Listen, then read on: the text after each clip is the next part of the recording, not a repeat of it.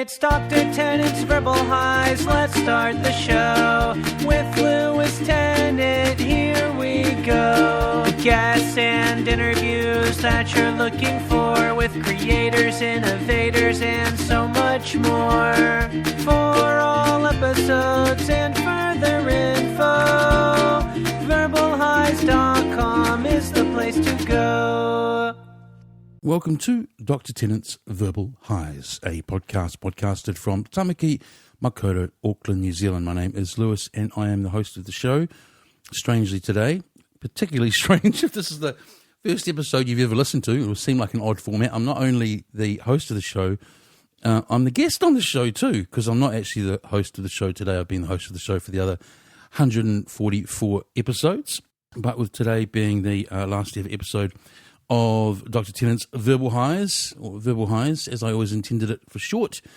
A earlier guest, Jason, quote, Rockpig, unquote, Hall, slid into my DMs with a delightful idea to chat to me for the last episode of the show, and I agreed. I got to be honest, an apology there. I did have a much higher profile guest lined up for this last episode, and I was just going to sort of wait around till the end of the year to hit them up to talk to them. I know it's been the longest since the last episode, but this is probably a better idea in the scheme of things, right? Considering I've pried into other people's existences for so long and so many episodes. Where did this all start? A episode of Mark Maron's WTF, and it was with Melanie Linsky. That was the draw, because I know of her. She's very much my generation in Wellington. Might have been at, same house parties back as teenagers, foreseeably, similar circles. And I probably hit on a bit of luck there in that it was Maron, because I totally related to that guy immediately. But I also completely saw the appeal and kind of allure of podcasting for me. I was going to say potential, but I guess a bit of potential as well, in terms of like marrying a whole lot of stuff from my kind of long-term skill sets, a marrying of that past with kind of where I saw a whole lot of things going in the future, which is funny because like podcasting is basically AM radio, right? But as we know, it's not going anywhere and it's only growing. And a whole lot of other great opportunities have come from it, many of them, created by myself, but that have been very helpful. I've now got a podcast directory of New Zealand shows with nearly 1,000 there, because no one else was kind of logging them. I've got the New Zealand Podcasting Summit, which I run once a year. I've developed a podcasting course for where I work, which has been well received, but mainly it's just been really lovely having so many people, 144 of them, gift their time and their insight and their thoughts and their story to me over this time. And in equal measure, it's been excellent actually getting a whole lot of what they call engagement these days, or ears or listens. So thanks to everyone. It had and has engagement pretty much from the start when I think about it. I didn't even realize that I was kind of slightly pioneering with this in New Zealand. Again, there were a lot of podcasts before me in New Zealand going back to 2006, because I've actually researched this in the last few years. But it was when I did that research and actually combed through the data from my pod database that I realized, wow, there was actually very few long-form interview shows back in 2016 when I started. So it's probably good having that sort of naivety around it at the time. But there's a lot now, and a lot of them, as I joke about in the podcast, now it's sort of become bigger business podcasting, talking about how conversational podcasts in New Zealand are the bright new thing. So if I could help a part of that somewhere in its DNA and background, I'm very happy with that. But yeah, sorry, back to my main point. The listeners, thank you.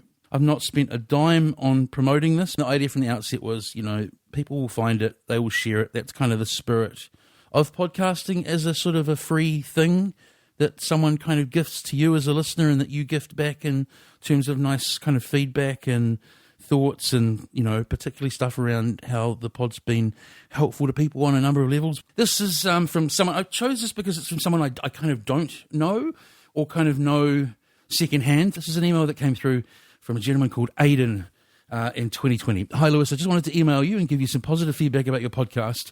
Honestly, the best podcast I've found. I've only recently been listening to podcasts, And yours is my favourite. Your guests are always very interesting. We get to hear from very insightful and popular New Zealanders. I will often save your podcasts and listen to them when I'm travelling long distances. On several occasions, I will do a few laps of the block or park up in the driveway just so I can finish the interview off. Keep going and fully looking forward to hearing your latest episode. I often recommend Verbal Highs to my older high school students that I teach to listen to. I suffer from anxiety and often overthink and never get sleep. However, I will chuck on one of your podcasts and listen away. Does that mean... Hang on. That means my podcast is sleep-inducing. No, very good, Aidan. Quickly forgetting my worries. Lovely. I tell my students to listen when they are feeling stressed or have anxiety. Have heard positive things so far. Thanks heaps for all your great work. 10 out of 10. Thank you, Aidan. If you're still listening in 4 years later, that is lovely, mate. Makes it all worth it. Finally, I have another podcast project currently in the works. I think something more highly produced and documentary-like.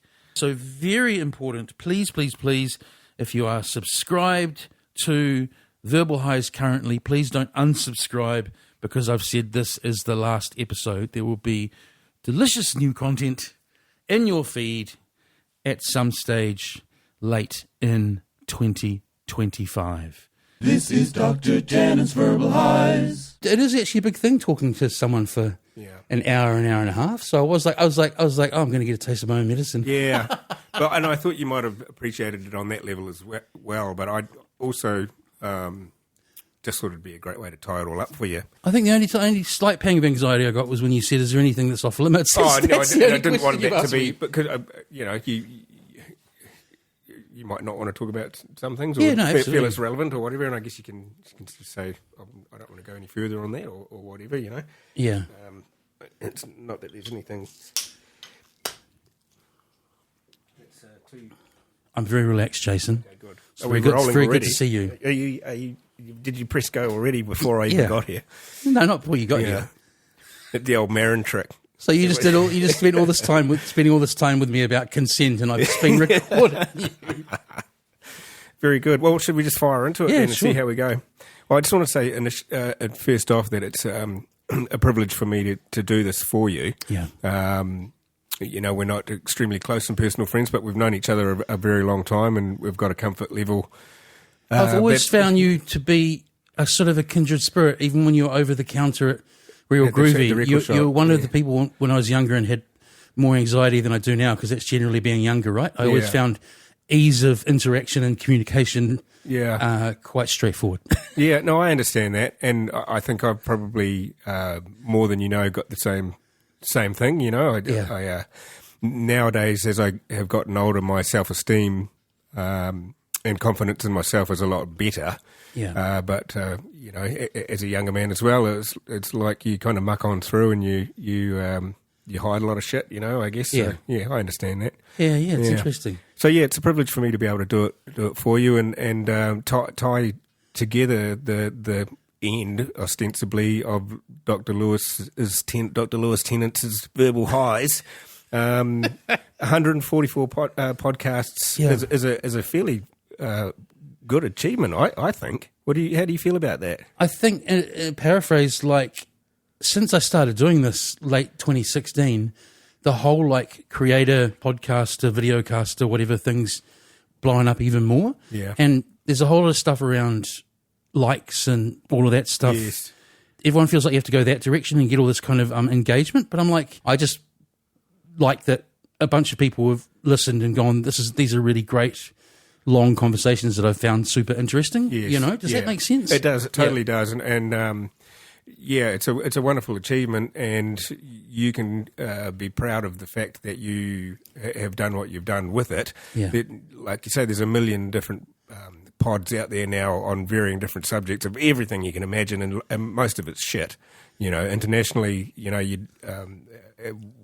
I'm an avid pod listener because of what I do in the truck, and I've got the time to do it, but I cut shit short a hell of a lot delving into it because they're overproduced, they're underproduced, or they're just rubbish, So to have done something with the quality that you have, and ostensibly a New Zealand thing as well, Aotearoa focused, because we're here and all of those people are New Zealanders, or maybe not all the time, but it's a cool. Yeah, and Cool I didn't realise, another thing I've realised recently is I didn't realise at the time that it was kind of one of the pioneering long-form shows. Like, I'm sure other people did them before me, but I've just noticed, I think like, you were have you one heard of of, the like, first. Between Two Beers and, Yes, yeah. and now Dom Harvey, ex-Edge, is Yes, doing one, and yeah. that's great, and I listened to a bunch of them, but often the conversation is about how the whole long conversation thing's really new in New Yes. Zealand, this, that, and the other. Yeah, well, And listen, I feel like those bands that were, you did it before first. the punk Yeah, bands yeah, or whatever, no, you're like, kind of, come on. You're pioneering in that way, and that's not necessarily what you were doing it for, but the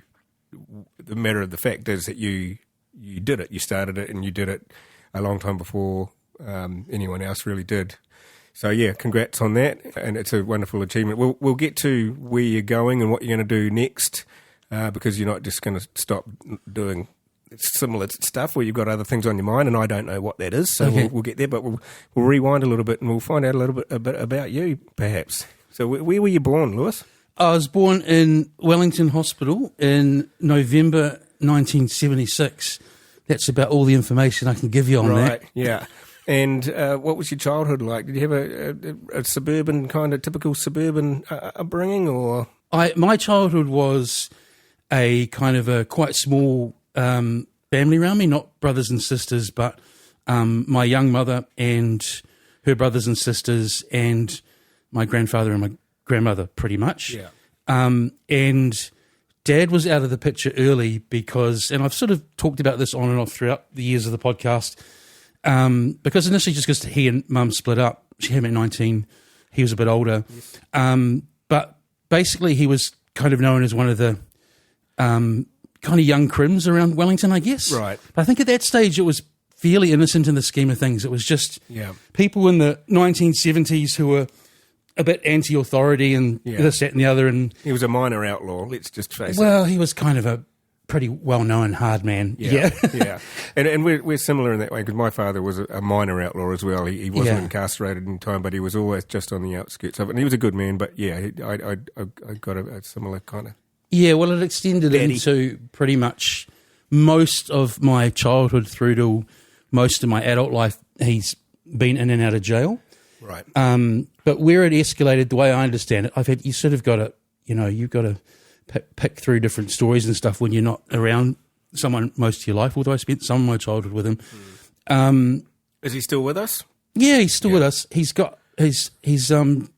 spent the longest time out of jail in my lifetime since he reached retirement age. Something about the pension, or perhaps the GP near him subscribing him morphine sulfate, so he doesn't have to rip off stuff. But it sort of escalated there. It's quite interesting.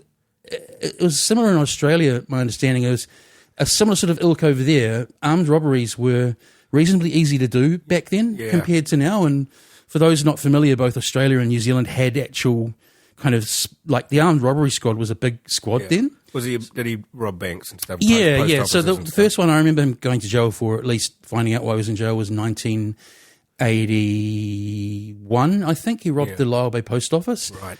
But where it really escalated, the way I see it, and it sort of turned from that sort of, I guess you could say, romantic kind of 1970s cops and robbers thing, was Mr. Asia being around and so on. And was that part of his thing? Was he into drugs? He was. Well, this is what I'm getting to. Is once he got a sort of stonking smack habit, the kind of the rest of your life, if you don't get on top of that, you're caught in the trap.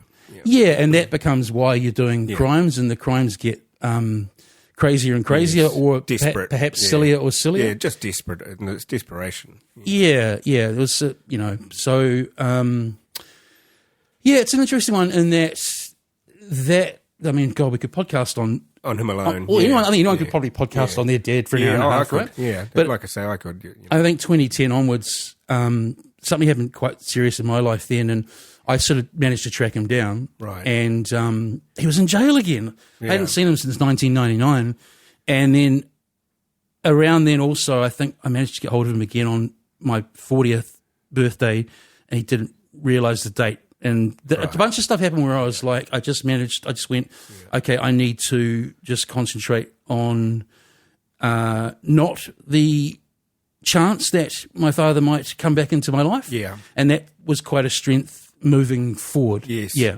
I understand. Yeah. So do you talk to him now, or is it is over there? He's over there and you're here, and that's where... He sends texts in old school text speak and all in capitals. Yeah. Hope all's well, Lewis. Yeah. I'm good. And I've phoned him a few times. But yeah. He's as I say, he's around and not incarcerated. So good on him. We won't dwell on that, but it's a good insight to it. When you reflect on all of that, what sort of have you got anything good out of that at all in reflecting on how sort of the man you are today is? Is that my question? You know what I mean? I'll just with that, I'll say I reflected on, because my mum might listen to this, on the fact that I was very lucky to have her. We'll talk about her and next. and that side of the family. Yeah. I mean, that I consider my family, and there's issues there, but there always are with families. And how's it made me as a man? It's made me, from a very young age, able to weigh people up quite quickly. Like, I have a kind of a streetwise an instinct way of seeing the world without having lived a particularly streetwise life in the scheme of things. Yeah. And it means a number of times in my life I've spotted things with friends or whatever that they wouldn't have, and I've made us avoid. Oh yeah, no, I can dig it, and I've got that too. I believe I've got that too. I've got a sharp eye for the fringe, and I can catch things out the corner of my eye that most people are oblivious to. And I can also talk to a wide range of people as a result. Yeah, I can be quite without being sort of someone who changes personality, which would be a bit odd. Yeah. I can quickly adapt and not be too this or that given a scenario. Yeah. So let's talk about your mother. What was your mum like? What's your mum like? What's my mum like? I don't know what other people's mums are like. Well, my mum was just almost the best person I've ever met in my whole life. She's no longer with us, but and I'm a mother's son. And do you have siblings? I do, yes. I've got a younger sister and some step siblings, but What about you? You're only child? It's just me and one cousin about 20-something years younger. That was kind of within the whānau aura kind of upbringing that you had. Mum's great. She met a policeman in 1990 when I was in fourth form. And ironic. They are still together now, and he's very, very, very high up in the police. Yes. And about to retire soon. So, and you're still close to your mum now? You speak to her absolutely. all the time? Yeah, I chatted to her a couple of days ago, and I'm going down for Christmas and so on. But she must have had a great bearing on your upbringing and who you are? Yeah, absolutely. Yeah. We were, as I say, it was probably sort of like two people against the world in a way for a while there up until fourth or fifth form. Because, I think Taika talks about similar maybe, that was just him and his mum. Yeah. His dad around occasionally. It's not a typical kind of family where you've got, I think having a few more people around in the house could be sort of helpful as well. Mm-hmm. Yeah. What about your stepfather? You got a good relationship with him, or don't want to talk about him? You fine? We do. He's very. That job is a all-consuming beast. Yeah. Where it's funny because I've just watched The Sopranos, where Anthony Soprano. I've just finally watched The Sopranos now, 20 years late, and it's that whole thing of that whole double life he lives outside of his family environment. And that's how I feel about Mum's partner with his job. It's like the sort of things he's seen and done and has to do.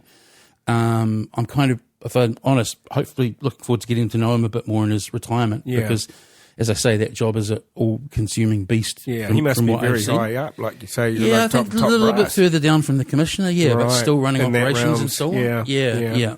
Well, I mean, it's a very interesting when you think about what it would take to be in that sphere. Well, you got to be an Anthony Soprano, but on the right side of the law, right? Yeah, yeah. So, how do you feel about being an only child? Is there any? I mean, it's all you know. Well, I think it is all you know, but you do get more contemplative as you get older, right? Mm. And I do think times when stuff around family and there's always everyone. No one has a family that's completely functional, right? There's times when it definitely would have been helpful to have kind of siblings to bounce ideas off and so on. But it's one of those things like, what do they say? Like when you ask a fish about water, it says, "What's water?" Like that's right. I don't know any different. That's right. Yeah. So how'd you go at school? Was that a good time for you, or when you think back about that? I was put ahead, but my birthday was late in the year. So to give you an idea, when you think about, for example, when you get to around the years of puberty and coming to young adulthood, so I was 12 in third form when everyone else was turning 14 that year. Yeah. But academically, look, always very connected, never a wagger. I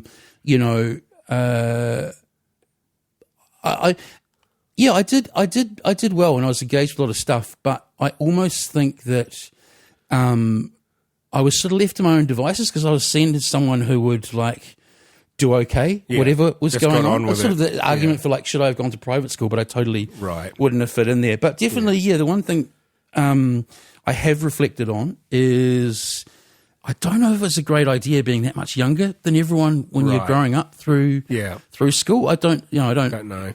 Yeah, I don't. Socially, how was it though? Was it okay? The same thing. I'm pretty good at. I would have had a similar experience to everyone else.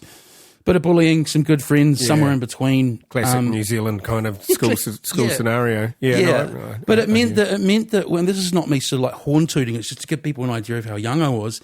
It meant that I finished my last exam for my 3-year undergrad degree just before I turned 20. Yeah. I just look back at that now and I go, it's just so ridiculously young. Yeah. And now I'm a teacher. I look and I go, actually, it's the sort of older students that get even more out of uni generally. So parents, let your kids have a gap year if they want to. Yeah. Did you have an inkling during those high school years of what was to come in terms of the broadcasting bug or music bug in that way? Where you, I guess a typical teenager gets into music of whatever genre and something bites then? Yeah.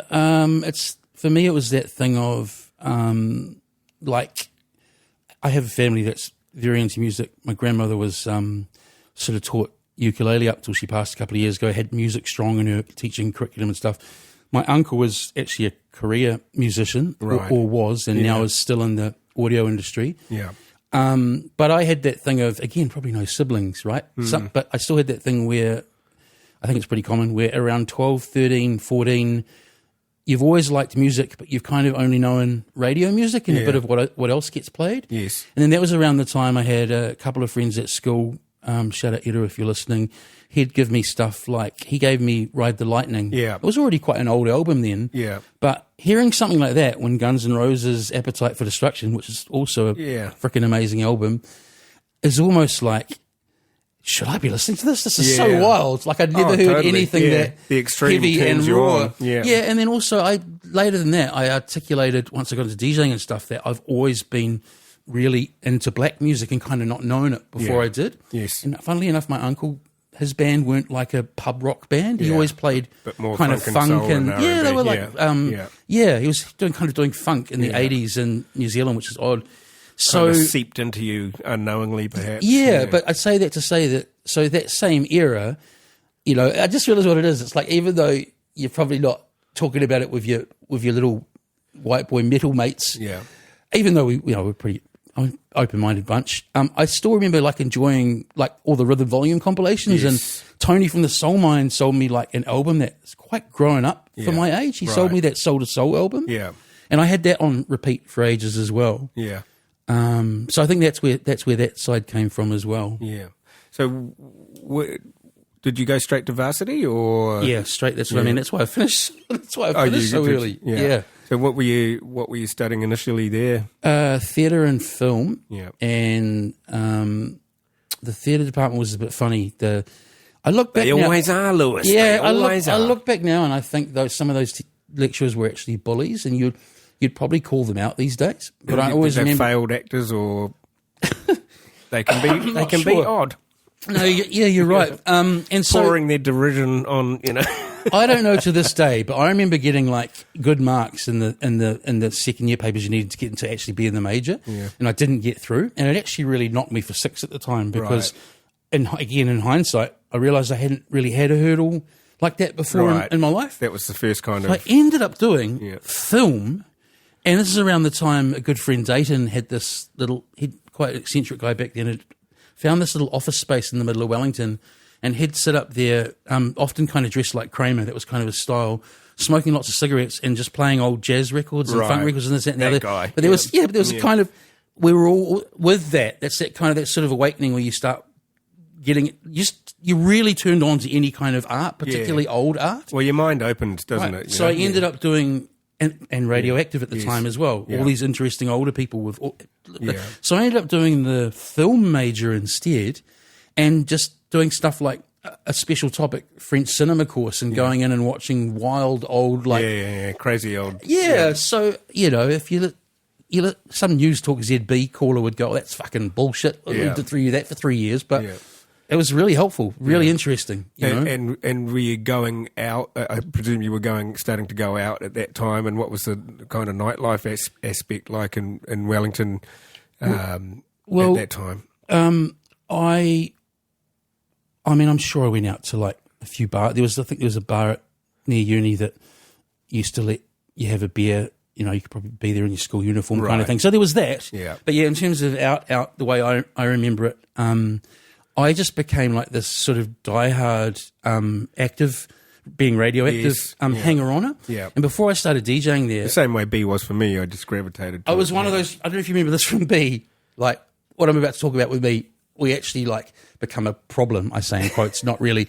I was one of those people who like almost ended up on a banned list for how much they won on their subscriber card. Yeah, you were the guy ringing all the time. But I say that to say that I'd go, because I'm into I'm sort of into everything, I'd go to like a 4-band. This is like, but we had a carbon date this. This is like 94, late 93, 94, okay? I was going to stuff like 4 punk bands for $10, like an anti-vivisection gig, and then going to a reggae gig like Roots Foundation and this, that, and the other. And where the DJing thing really kicked off was a guy, Leon Baldock, down there, who still does radio shows and parties and stuff, was doing these raves where I feel like there would have been over 1,000 people there. Maybe the things with memory, you go back, and there wasn't. Small warehouses and spaces, big for Wellington and for the era, and flying back when technology was a bit different and how you got hold of it, like flying in a specialist laser operation crew from Christchurch. And you remember when you advertise, you'd advertise how many watts were on the full water cooled laser. It's similar to like what liquid cooled, similar to what Dubby and that collective doing, like Roger Perry and But anyway, that was where I went. Okay, because I'd been in a band at high school as well, and for better or for worse, I can be quite a solitary creature when it comes to things like projects. So sort of DJing, even though I've been playing guitar for years, sort of ticked a whole lot of boxes. Yeah. But also, this is where you sound like one of those nostalgic people. But I do think there's a truth to this, that whole electronic thing was so popping off and so new to me and reasonably new to New Zealand that it just felt really now. And it was like a part of it was just like going in and finding those records because you wanted to blow people's mind with them, not like just because it's a tune that everyone has. So there was a bunch to it that kind of worked. And then I horrified a few. I still have a couple of friends who've joked about this years later. They sort of turn up and my Charvel single humbucker's gone, and I've got my first Technics 1200 and quickly got a second one. And quickly got. I think I was running it through the Ghetto Blaster for a while. Yeah, but that's how you do it. You just try. I've only recently got 2 decks thanks to some friends. All those years. Just had the one. So, so how did you join the ranks of Active at that time? You just pursued your volunteer status with a vengeance and became part of the... I don't even know that I volleyed, mate. I think that, I just probably stuck out a bit as I tend to do. Was there such a thing as graveyards? So then. Yeah, no, absolutely. Yeah. So from memory, I mean, I did some volunteer stuff. I remember stuffing envelopes and this and the other, but I didn't have to go through that process of that sort of initiation. I'd just been rocking up all the time, and then you end up... Someone talks to you one day, you end up sitting on the couch up there, and you might know Paddy Moran. Yes, I do. Yeah, so Paddy was PD at the time. Paddy has actually come over. What a wonderful man. Yeah, like sort of like you. I mean, I've spent more time with Paddy than you, but we've reacquainted recently, and he's just one of my favourite people. He's a great guy. But anyway, he was PD at the time, and I probably just talked my way into doing the graveyards.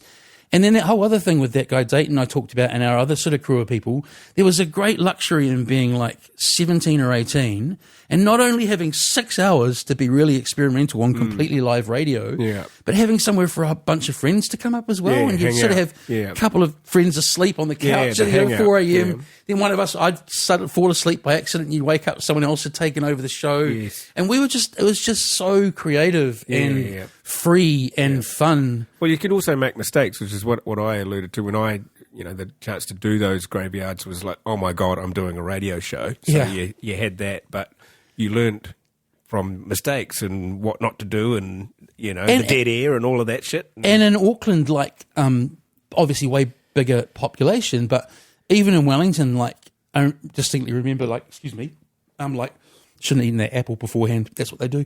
Around sort of 5 a.m. or something, sun's sort of coming up and whatever, and you feel like no one's listening or whatever, and then there's always some eccentric that's awake. He goes, I'd like to read a poem on air, So now I'm learning how to put Richard someone to on Mount Victoria. You got it. I've got a sunrise poem. That's right. Yeah.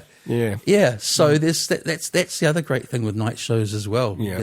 But you worked your way. Kind of, I guess the way to talk about it is work your way up. But did you then graduate to daytime shows? What was it? I think it was pretty quick. Again, I think I was just pretty good on the mic. Maybe I didn't have as smart a music collection as everyone else at the time, but certainly, I mean, that's the other thing. I was very open minded, so I was listening to a whole lot of different older DJs. But from memory, I ended up doing your classic. Either you end up on a afternoon 10 till 12. You got it. A 10 till 12 or a 2 to 4. Yeah.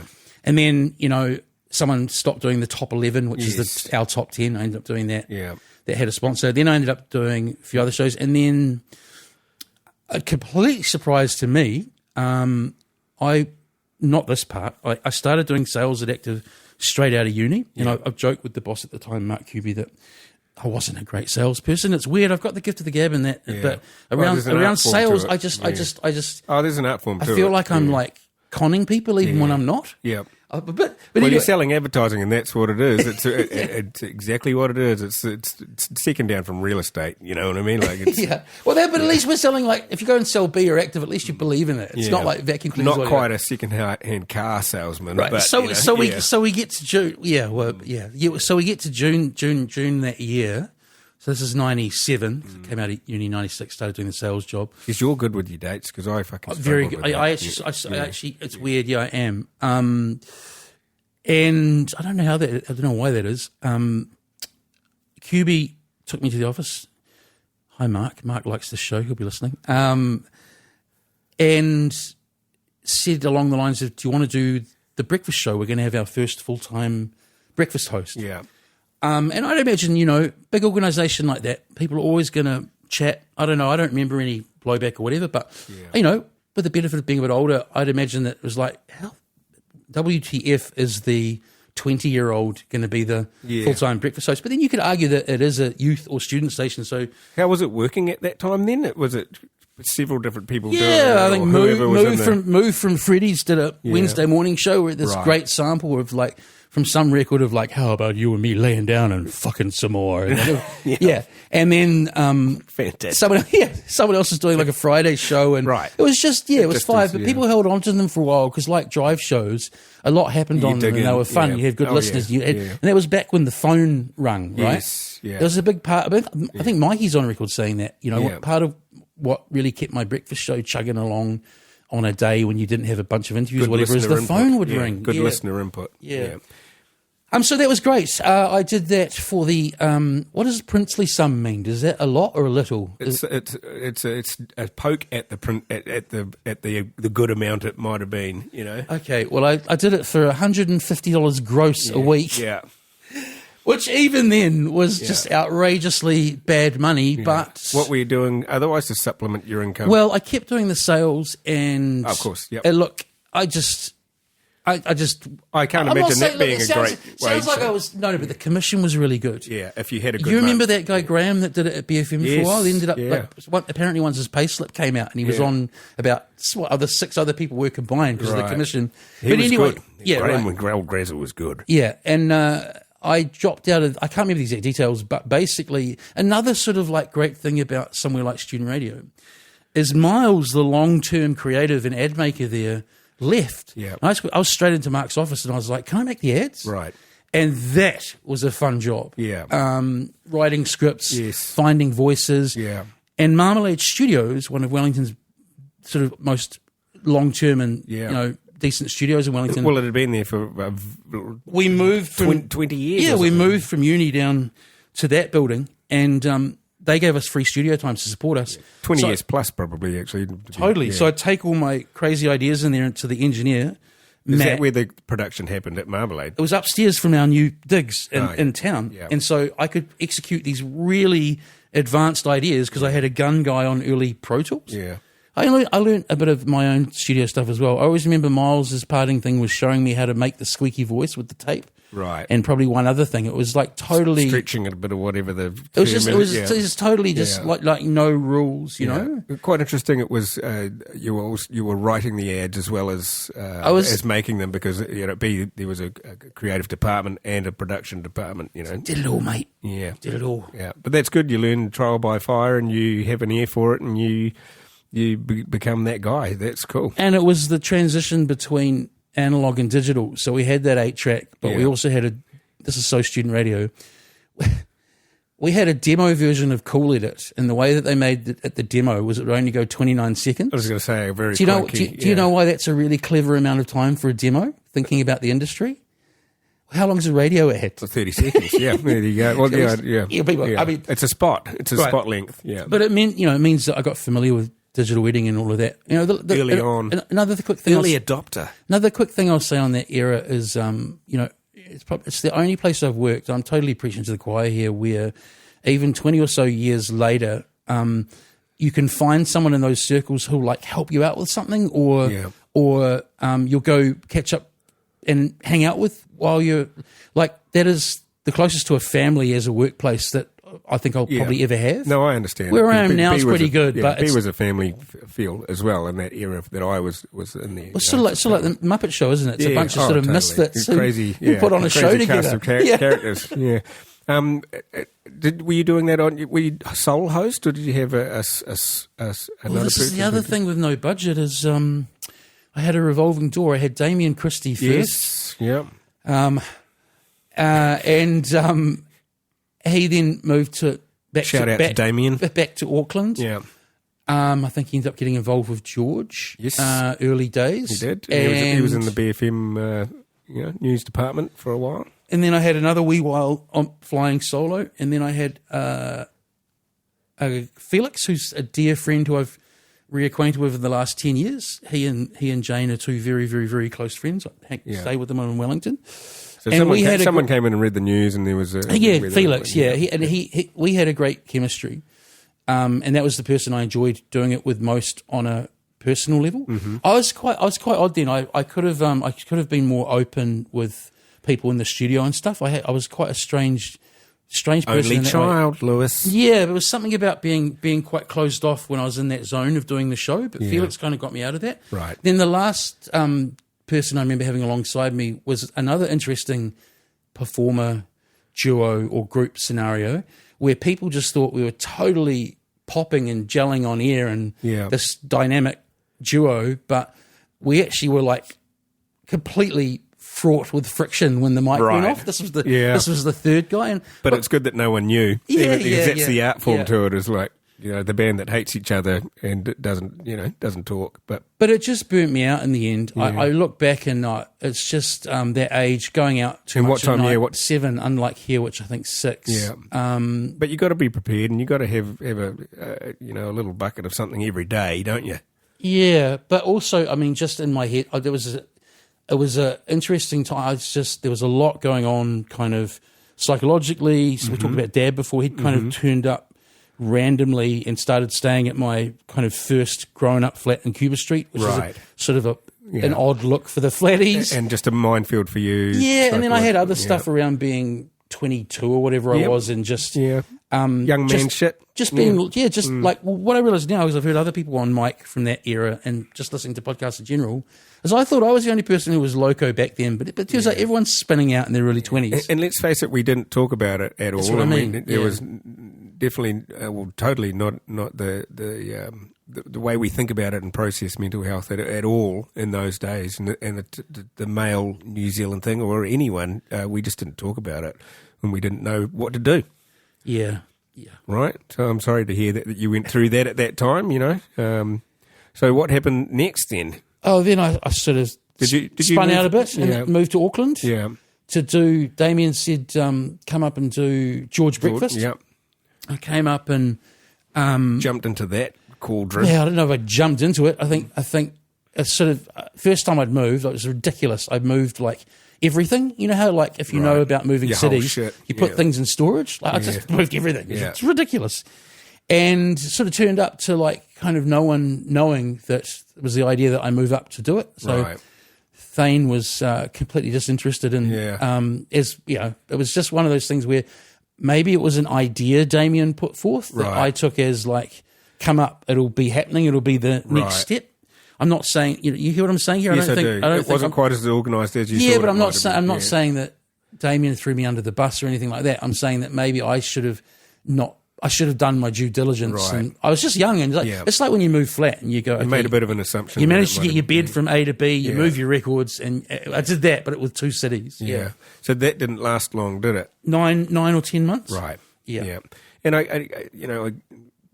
Auckland is a different animal, and all of those things probably were going on, and the people are slightly different, and I guess it was just. I understand that it would have been a little bit hard to process, maybe. So yeah, and I think because I did this in London as well a few years later, and I didn't realise at the time. I think that having that, I say high profile in the world of like the arts and creative community in Wellington who listen to Active job, made me not just go and find some grafting work up here. Yeah. I think like not so much an ego thing, but like unrealistic expectations. Yeah.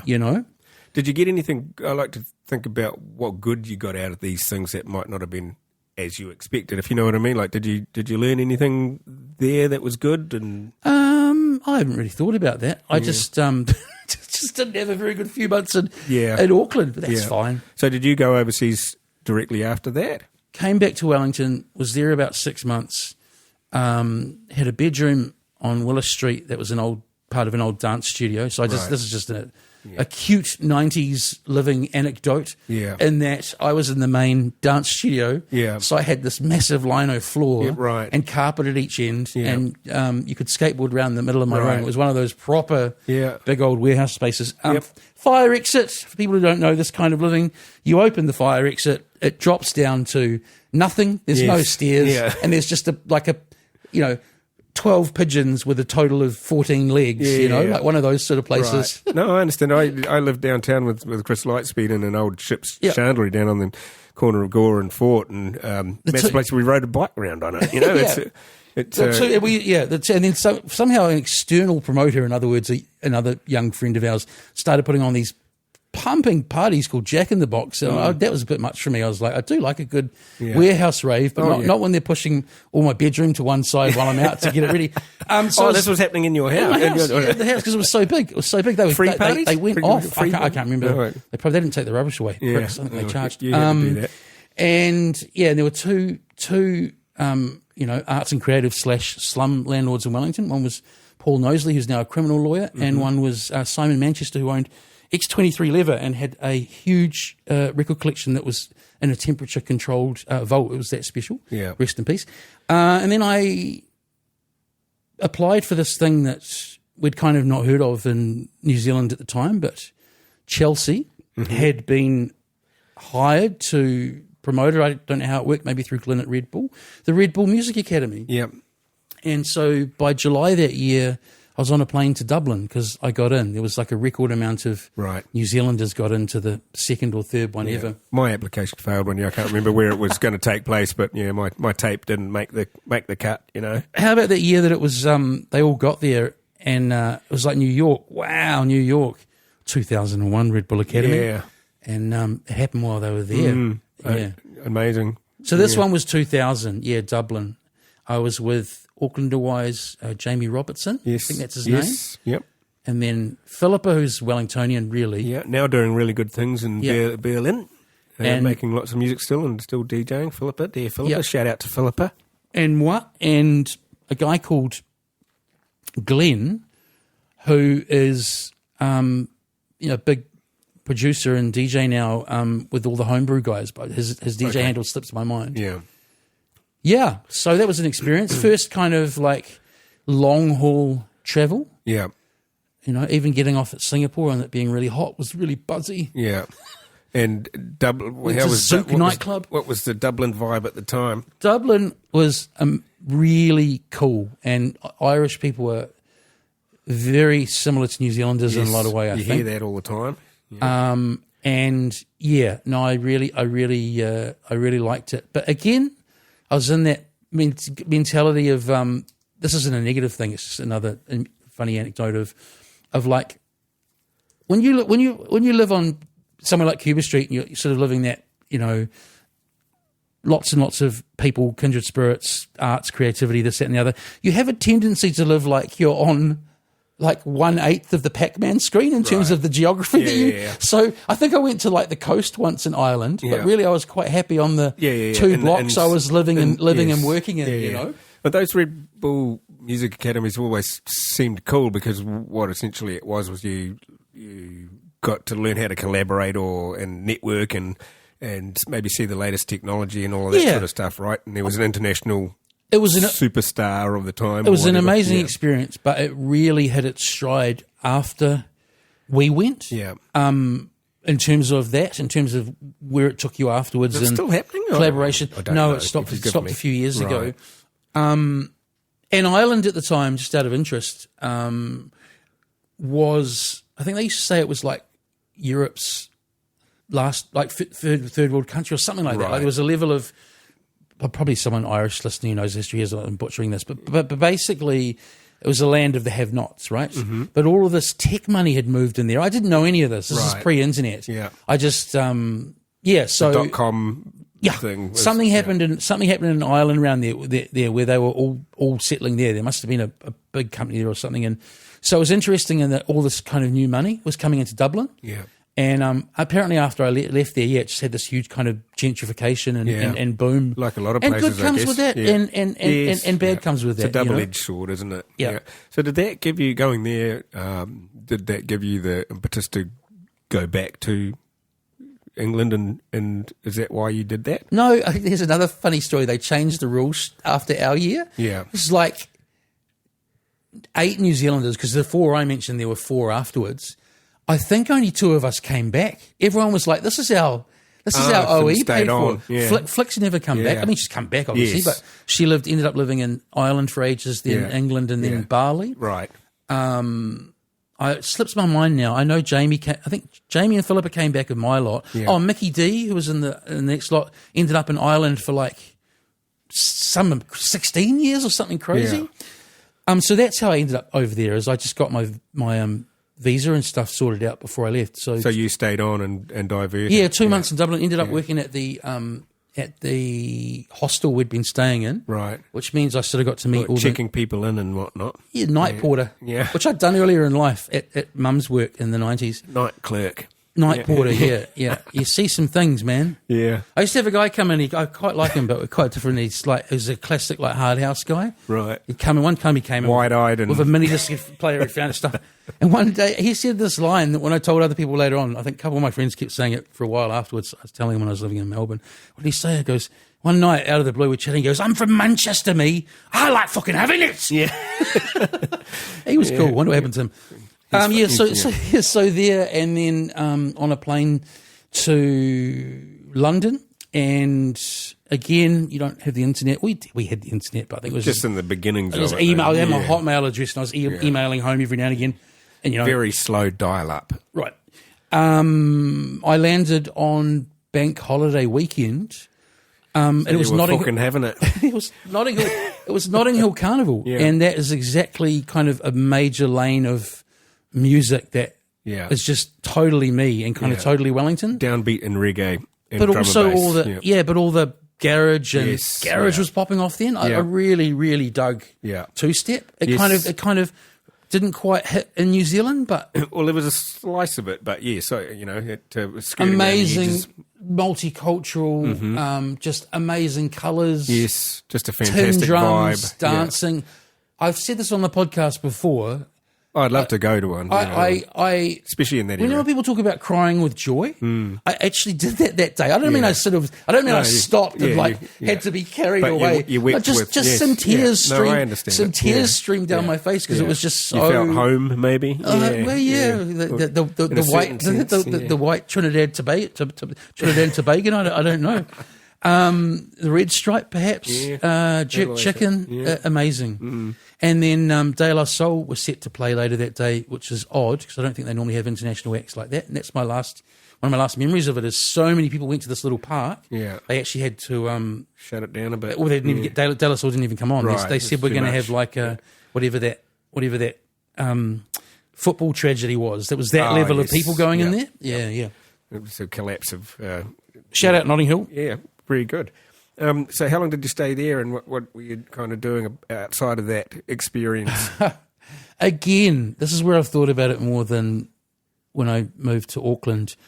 I thought I've been doing creative, add creative stuff. I've come over here on the Red Bull DJ Academy. I've been a breakfast radio host, but I didn't really know how to sell any of that. And London's completely ruthless. You can't expect to move somewhere like that and any of that to kind of matter. Yes. You might take a while. You've got to really commit, I think, if you want to move and do stuff like that. But again, just young and naive and probably, to my detriment, I ended up doing exactly what I joked to people that I wouldn't end up doing over there, which is working for like £3.70 an hour and living above a pub because they pay all your meals Yes. and they You can get a feed. right. And you can, But I was in the main one I was in Berwick Street in Soho.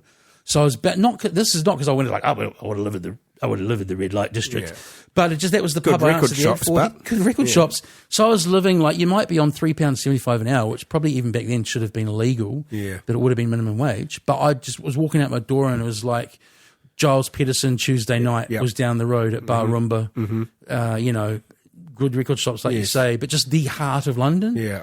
One of the jobs at the bar every morning was to sort of like Cleaning out ashtray. well, sort of like diplomatically moving the crack retailers Yeah. from the Right. terribly Listen, racist, mate, you terribly can't racist stay boss here. too. Yeah. Washing the piss out of the doorway and all that. Another anecdote: I met a lovely guy called Tom, who because you share digs, and I'm in there one day, and this like super friendly Aussie guy walks in, and we didn't work there long, but he'd been doing hospitality and bar during the Sydney Olympics 2000. So he'd come over, sort of way he told it, kind of cashed up from that year. Going to do my OE now, 2001, and he just had a real interest in music, and I still have my Creator Records with me from Red Bull Academy, and I just kind of, because I'd had the active background and all of that, I kind of knew a bit more about how to easily find the good stuff in Right. London. Fabric. Yeah. Took him to like Carl Cox at the end. Yeah. And so we just became thick as thieves. Yeah. We'd work with this fucking awful couple that Yeah. ran the bar. Yeah. The guy used to drink a bottle of vodka during the day. He actually had a growth coming out of his Right. stomach from the booze. Yeah, just to. Yeah. Yeah. I can see it. And I say all of that to say Tom was interested in the DJing, never really talked about doing it or whatever. Yeah. And now he's done this really interesting thing later in life where I think about 10 years ago, he left whatever job he was doing by then, and he is one of Australia's biggest touring DJs now. Right. But his thing is he does like a mega mix from the 1950s to now of music that people know. You go, that sounds naff. That sounds like a mobile DJ. No, I can hear it in my It's mind. not. It's it's this amazing multimedia thing where all the videos are behind him and he's a hype man. Right. And it's like really cleverly done, highly practiced. It's not just Jive Bunny. It's more than something else. The last video I watched, to give you an idea of the scale he's got this thing to, was him outside on a purpose-built stage, the Sydney Opera House, with just a horizon of people, with just him as the headliner. Yeah, just it's jumping. called Hot Dub, as in not hot tub, but hot dub. D-U-B, Hot Dub Time Machine. Yeah. Google it. No, I can understand it as a Shout out, concept. Tom. Yeah, and if the quality of music is there and the way it's got together, it's a thing, right? Well, now he's For on music lovers, and why not? as far as I can work it out, now he's on that. He's on that. Must be a publishing. He's on nightmare. that Diplo fee. You know, he's like that's probably an old reference by now. Yeah, You know, and if he does, I imagine if him and his big time management and all, just totally. Yeah, and I flying imagine him global and his, superstar. I imagine they put on their own ticketed gigs. Hot Dub Time Machine. Hot Dub Time Machine. It'll be on YouTube. Yeah. So, were you playing out in London? Did I ever actually play out there? I think my record just sat there. You just I was there went for about out. 4 or 5 Yeah. months. Yeah, it's very hard in London, Yeah. right? Everyone's a DJ, mate. Yeah, played a little bit in Dublin. I don't think I did. I don't think I did. The whole thing was only 6 months. Yeah. Dublin and London. Then I came home. Yeah, and when you came home, No, I didn't come home. You didn't come home. No, What did you do then? When I lived in Melbourne for 7 there years. you go. Well, Yeah. So let's divert to that then. What was happening? What was happening there? I had these there was this time. Again, this might be wrong. You tend to think the reality is your own experience some of the time. But my strong understanding is that for years, Kiwis had moved to either Sydney or the Gold Coast, right? But late 90s, early 2000s, Melbourne became a thing. Melbourne became a thing. Do you agree with that? Yep. Okay, cool. My uncle and auntie moved there in 1987, by the way, so pioneers. Yes. And they're still there in the same place, or the place they ended up buying. Basically, I had a big, huge New Year's Eve. I was working for another pub for £3.60 an hour or whatever. They had an insane chef who used to wake me up in the middle of the night really pissed and make me help him cook stuff. Right. It was actually I need someone on eggs. It was actually touch and go. Like that was actually. It was actually like he was fucking insane. Yeah. That was most cooks are. Yeah, it's like But he wasn't a cook. He'd just got the job and pretended. Oh, right. He was just a Kiwi looking for a I can job. cook, mate. That wasn't the reason. The reason was I phoned. I love it. I phoned another friend, Aaron, and I think he'd just said they'd just been in a hot tub, and it was had been a 28-degree day, and Right. they were off to this afternoon gig in the sun. Yeah. and In a I'm park like, somewhere. I don't know if you've been in London in January, but it's that sort of cold that you don't experience here. Like Wellington's cold, don't get me wrong, so it's groceries. different. But it's like your bones are cold. So I think by January 6th, that's when I landed in Aussie. It was enough to convince me. The reason I told the backstory is basically, a whole lot of people I really liked from Wellington had moved over there, and then just more seemed Although to... Melbourne's climate is fairly similar to us in terms of that, it's on the same sort of latitude. Isn't it? No, Melbourne summers are... A different? More but also we're comparing Melbourne to London here. They can have some shit weather, though. Oh, no. Melbourne winters are more similar to Wellington. Yeah. You need more than a cardi. Yeah. No, Wellington winters are more similar. It's really mild up here comparatively. But yeah, living up above a pub in Pimlico after a big New Year's Eve, earning £3.50 an hour with an insane chef who's not a chef, and you've got the Red Bull...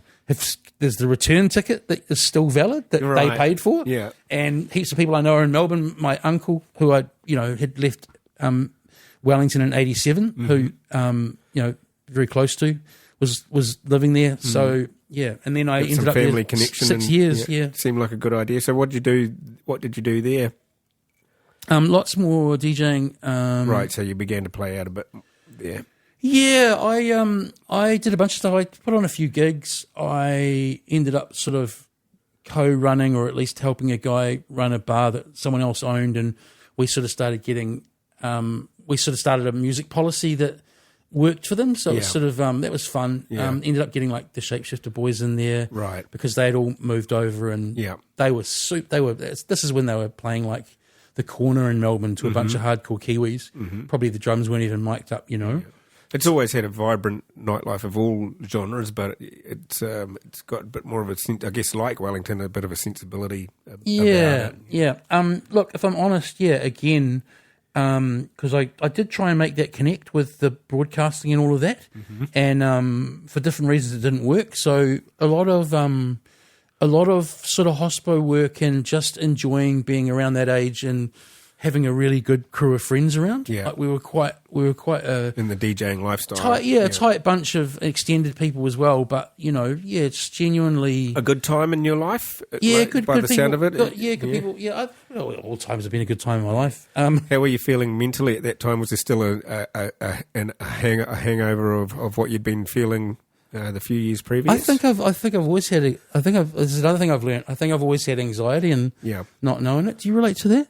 I do to a certain extent. I've never been. See, that I deflected and asked you. I've never been an overly anxious person in that way, but the first time I experienced it, or I got a wave of it, where I understood what other people might be feeling in that way, was when COVID initially hit, and no one knew what was. And it could have been Ebola or the death of humanity or whatever, and.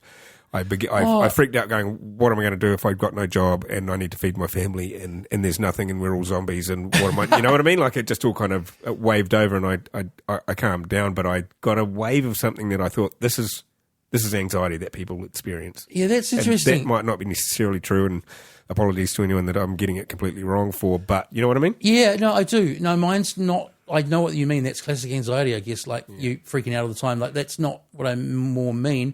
I mean more like it's all the stuff like Buddhism and all of that. Funnily enough, is accurate, and sort of like mental health stuff and even like the recovery stuff I know about. It's like what I'm more meaning is like not living in the moment. You say, did you have a great time over the year? I had some great times, but I have a bad habit of kind of not acknowledging it at that time and living in the moment. Right. And in hindsight, I go, yeah, that was a great time, but at the time, I'm like, what am I going to do next? What's that? But it's not like a crippling.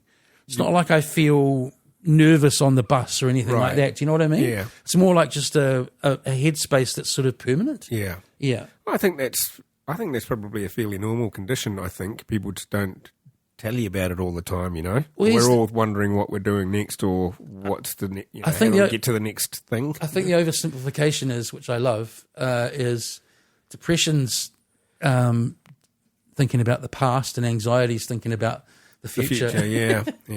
So, but you felt reasonably okay. Then you were. I spun out a bit at the end. Yeah.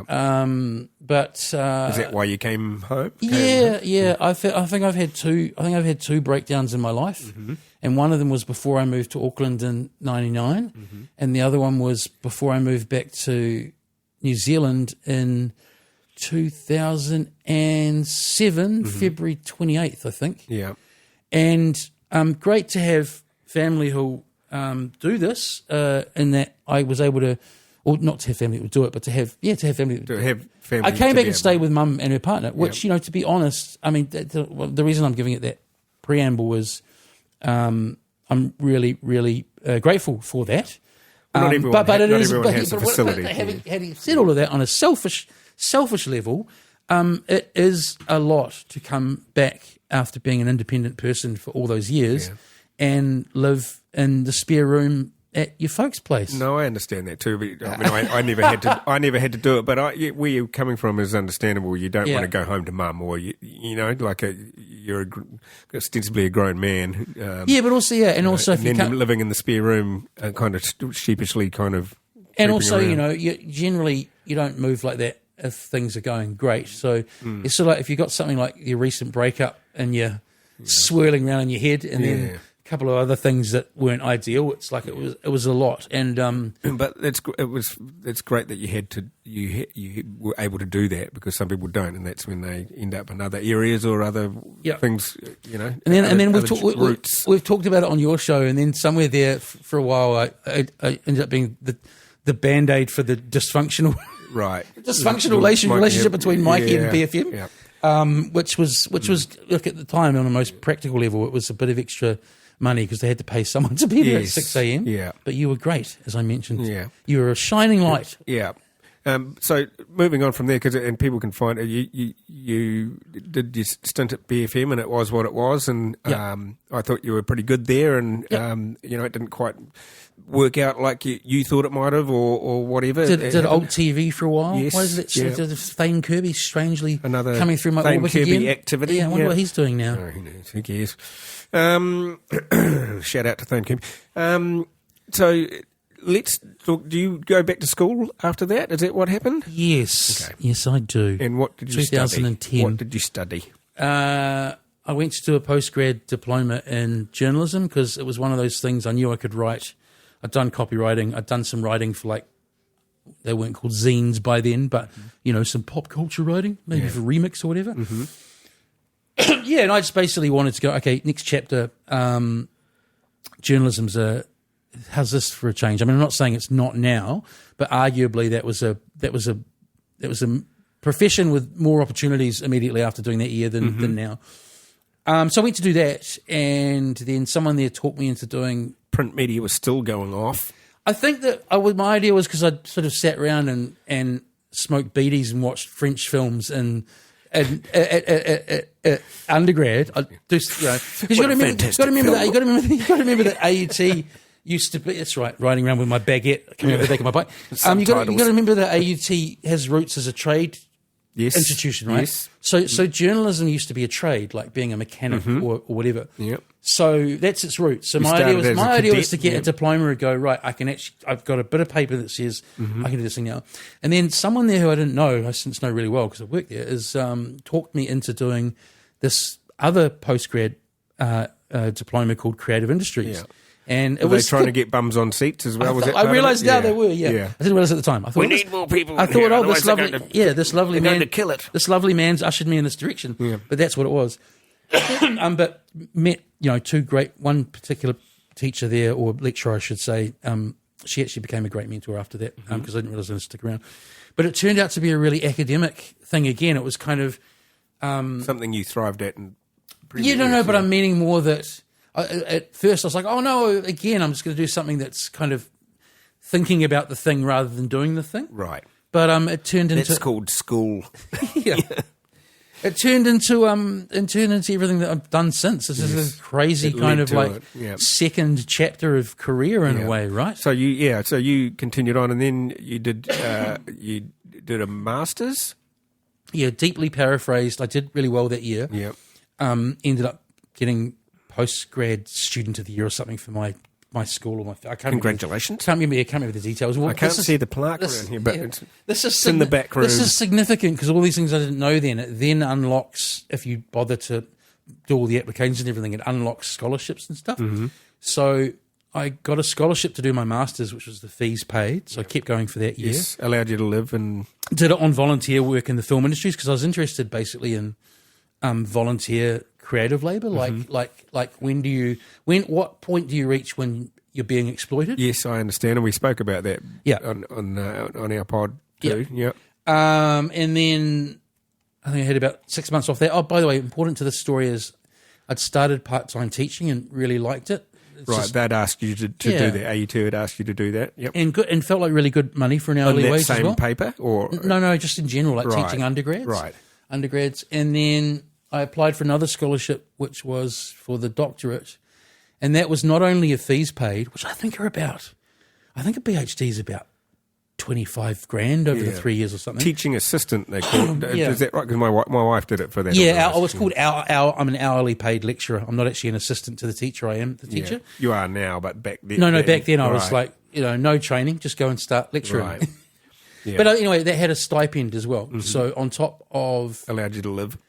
A tax-free $25,000 with the teaching and not paying for the PhD. I just treated it like a 3-year contract for anything. And what I'm meaning there is some people sort of lean back in their leather chair and spend 7 years doing their PhD. Yeah. I was like, right, I've got this stipend. It's 3 years long. I'm doing it mainly because I want to end up working here. Yeah. And It was great. Did you have that vision at the time, though? You decided that you would Yeah, perhaps pursue that was the idea. All right, so we're moving pretty quickly through that, but... well, I'm just looking at the time there, Jason. We'll keep it on. You have to DJ later, so we're going to keep going. No, you go. I'm kidding. I'm just winding up. But that led to you helping design the paper you teach now? One of them, the podcasting It's more course. than one, yeah. So let's talk about that a little bit, because that is pertinent to what this is now and what you... It's very on brand. Yeah. So talk about that. Did you have the idea, or was it something that someone else you were discussing with other people in the communications department, or at Podding you'd kind of got a inkling that was occurring and maybe something that... Yeah, I think, well, I never really told anyone when I started teaching there, because I was doing quite general first-year courses. I just never there was the radio departments, nice guys. Mm-hmm. One of them, very close friend. Traditional broadcasting. Yeah, still. I'm going to go and see our radio students off next week. There's still people doing radio, mate. Still people with radio degrees. Yeah. It's called radio and audio media now. But unless you're a big noter or you're sort of one of those people who tries to, I just didn't bother telling anyone that I had a background in radio. It was not something kind of relevant to staff room conversations or whatever. Right. So, but then the way I actually ended up getting, lighting the lamp or whatever the expression is, and actually getting full-time work was being employed in the radio department. Yeah. And by then, they did know I had a radio background. My current HOD head of radio did, and, I'd taken an interest in the studio, and I sort of go down there and I look after it and stuff. I do non-lecture stuff there, which is great at AUT. Yeah.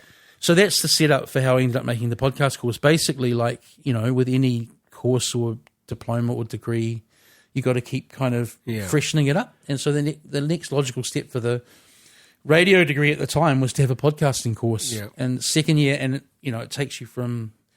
I mean, what does it look like? What is it? This is what I came up with. This is what I came up with. Was basically when I first wanted to do a podcast. And then when I actually got it released, let's take people through that over 12 weeks. Yeah. But then it's kind of like two key areas, like technical, how you do all that technically, and then the other one's storytelling. Right. How you go about delivering the good product. And obviously now AI's coming into it, so I'll incorporate some of that next year. And also we've just set up a really amazing video podcast studio. Right. So I'll incorporate that next year as well, like live editing and... Yeah.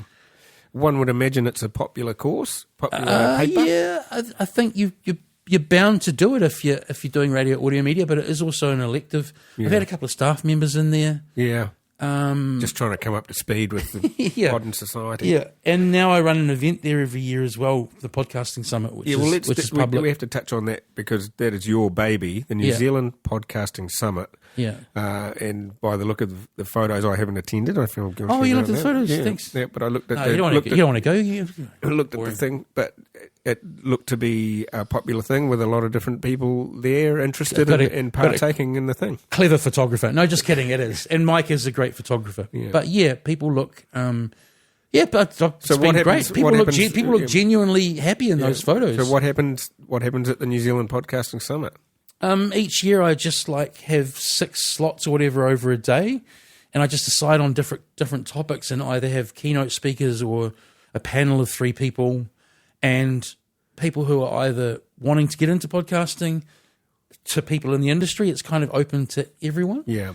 Which is why I was quite pointed with that word summit, because I didn't want it. I think some people, even uni buildings can be foreign places to a lot of people, right? Yeah.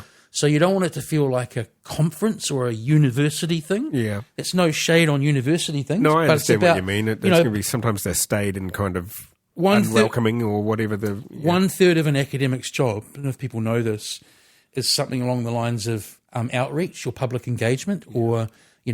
what they call academic citizenship. Yeah. So that event's part of that. It's cool. I'll tell you, man, it's funny, a lot of, I've done some great little indie projects in my life and I've pulled off a few things and I've always been engaged in some project or another. But the really interesting thing is probably my hesitancy, or maybe even not even my thought to be like a career one job guy, was because I was that sort of person, like a lot of people we know. Yeah. But the funny thing is, once you got an institution like mine behind you, Yeah. you can get funding. Like Yeah. I've done all of these things. Suddenly I am getting published. There's like certain resources available. yeah. I've done so. I always had an interest in putting on events. I always had an interest in being a journalist. I always had an interest in broadcasting, and I'm actually doing all of these things at probably I think a it's higher level now. Again, it's a wonderful achievement that you can be proud of. You know what else, man? Like I think again, a lot of kindred spirits would relate to this. Like a lot of my friends and are just not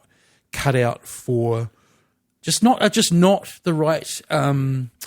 What's the word? They're not cut out to be 9 to 5 people. They're just not. They kind of work a bit here, tutu on that, do this, and that's another great thing about this job is like no one kind of, unless you got class on, where obviously you have to be in front of students, you are effectively independent and on your own. Like knowing, as long as the thing is done by the date, no one questions where you are, what you're doing.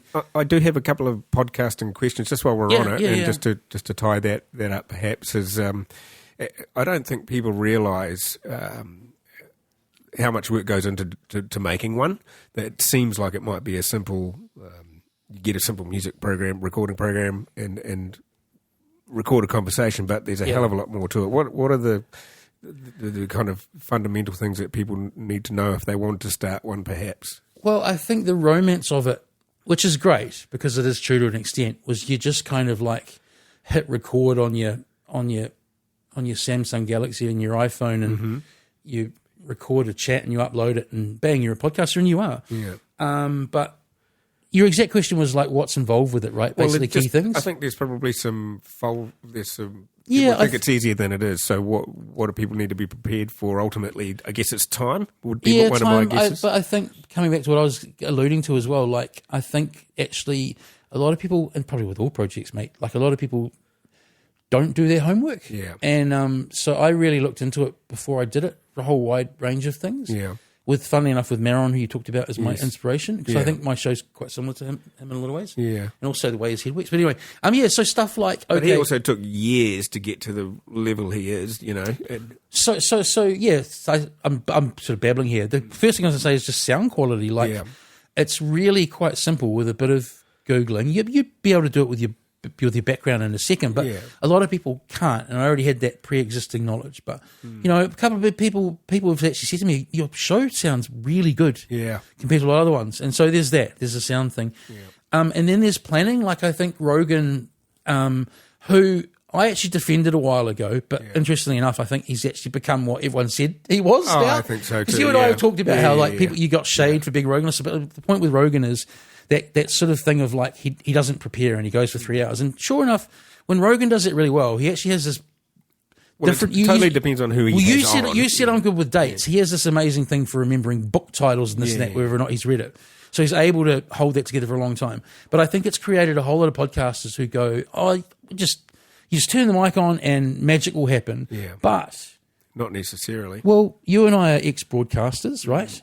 A lot of those American and British stand-up comedians who've now made bank on podcasting, they have honed creating essentially content on stage or on breakfast radio when they'd come in and talk about it. They've been doing that for 20, 30, 40 years, right? So what I'm saying in a long way around is you've got to do some planning at the beginning, which you did. You brought in something, and I'll do the same. I'll have I prepared a for Word this, document. Absolutely. I've been preparing for weeks since we had the initial conversation about it.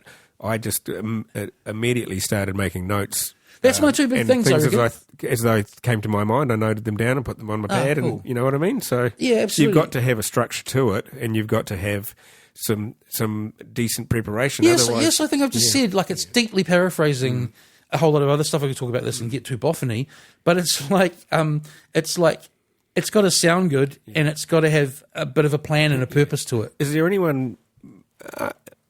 And I imagine Dom Harvey and so on. Just to shout out Dom Harvey. Is there money in it in New Zealand? Well, I'm wondering that. Like I've been watching him, and I think Between Two Bears are starting. This podcast brought to you by Oh, Hallertau was sending me some beers for a while. I think it's an interesting one. Did they ask you to mention, just mention us? No, he didn't, but I did. He was just Dave. Shout out Dave. Lots of shout outs now. We're starting to sound like a hip hop podcast. It isn't totally jest, by the sounded way. like Drink Champs. Because that's what happens on a lot of those ones I listen to. Before. Yeah. I think I think there is, but I think it's that you can't just be one That's thing hard these days. though, too, because it comes back to you become a advertising salesperson, and then people want numbers. And this is how I do it, and I see Dom doing it. I think that. And I just used him as an example of not. But this is how I do it. And actually, weirdly, I wrote an article for New Zealand Marketing Magazine about this, and I read it back, and I was like, well, I know more about this than I have good ideas about this that I didn't realize I had, and that is that I think the traditional audio industry in New Zealand, which is pretty much radio, right? Commercial radio, they are used to a catch-all clients. So like things like Harvey Norman, this, that, and the networked. But because that's what to afford that kind of radio advertising and to reach those wider audiences, those are the sort of clients that do that. Yep. But I think podcasting, if I was doing one independently or as a collective or whatever, find one or two sponsors that are totally aligned with what you're doing, and it's about a mindset change. It's about saying to them, if they're not sure, look, would you rather have 800 people listening to this every time who are totally down with what you're doing and what my show is, or trying to do that big catch-all thing? So I think the boutique thing, it's like student radio. It's the boutique thing's the way to go. Is there any governmental, can you apply to New Zealand On Air to get set up and do all of that? Yeah, I think you can if you meet. I think New Zealand On Air, they're more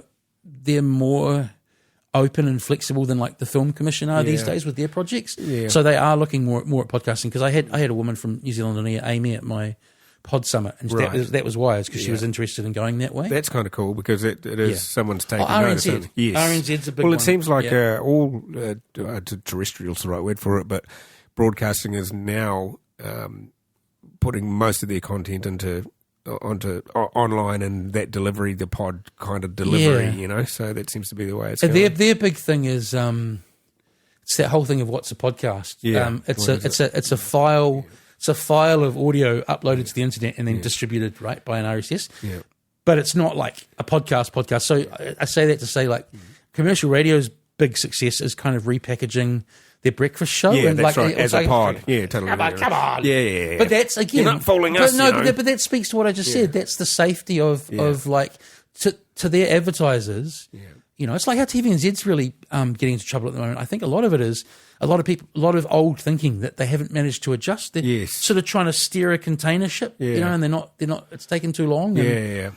But that's my theory as to why they. But having said that, NZME and MediaWorks are being a lot more proactive with doing podcasts, and now you have that weird thing. Have you noticed where you go, fuck, where are these ads coming from? Like, there'll be a host read from the UK, and then there'll be a locally inserted New Zealand ad. Yeah. I think that's MediaWorks and NZME. Yeah, on a global structure. Figuring out a way to clip the ticket. Well, you're getting New Zealand ads on your Marin feed, on your Marins and all I that.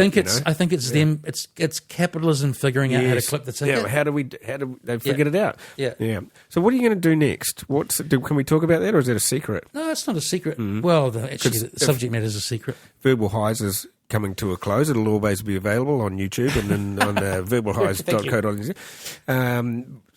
What's happening next? I think I know that I'm going to do a 6-part series on 6 different New Zealand topics, but unlike this, it's going to be highly produced. Like that's a sort of a just have a little bit more. It's a pompous way of saying that it's going to be more like a radio documentary. Yeah. So think Serial, the way that's made, or true crime shows compared to like Adam Buxton or Rogan or Mark Maron. So in other words, I'm going from the 2 mic, do a little bit of a clean up at the end, release it, to actually a really big challenge. I thought I went straight into it going, be able to do that. But I'm actually sitting there going, wow, I actually need to learn for the first time how to properly set up a story, beginning, middle and end, music, sound effects. Yep. It's going to be a big exercise. I'll tell you off mic what the angle is. Okay. The only reason I'm not is not to be all like mysterious, and it's because it's such a good idea. I think that I don't want someone else to make it before Yeah, I do. no, I understand. Yeah, someone's going to bite you on it. Yeah. Yeah, well, that's exciting. Yeah, so, it is. yeah, that's cool.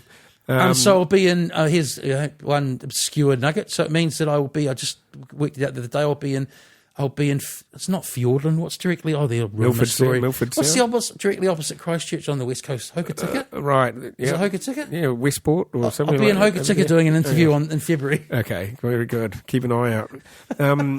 One more little question, and you alluded to it now, is that you were writing a little bit of what you called stand-up comedy in lockdown, especially. Is that something you were still still going to pursue?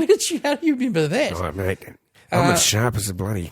Well, this sounds like the greatest excuse in the world. I was thinking about that, and I was making notes, and then this is meant to bring a bummer story. And a couple of years ago, I got burgled here, and the only file They stole everything. This is my excuse. The only file. That's your comedy completely file. true. Yeah. Well, I had everything backed up, but the only thing I had Some jokers out there doing your jokes. That's right. The only file I had on my desktop for that computer that wasn't backed up was my shortlist. No, I'm not just down comedy. Do you know that it takes like 20 or 30 years to master? Oh, I know, and I've come to realise that. Yeah. And I listen to a lot of comedians, and every now and again you think, well, I make my friends laugh. Yeah. I've got a few jokes, but you will fall flat on your face. If you want to do 5 minutes of open mic at the Classic, I'll do it with you. We could dare each we other. could tag team. Yeah, no, I just wondered because I just thought that might be something that you had still in your blood, you know. Oh, they were.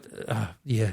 I think I was just trying to think of stuff. They were such bad jokes. Yeah. I think there was one about fucking spiders. Is there anything else you need to talk about? I think we've covered everything, and Wow. I'd like to think that was pretty good. But you've got to get ready to DJ, which you still do, and I know we've got a while. We can hang out. We can hang out for a bit longer. We can hang out for much longer. Right. I mean, not now. Yeah. I might. But yeah. Thank Okay, you. cool. Thanks, Well, Jason. no, I appreciate the opportunity to do this for you, and I hope it sounds all right. It was a good Did idea. you press record? Yeah. Oh, okay, cool. Now you're freaking me out.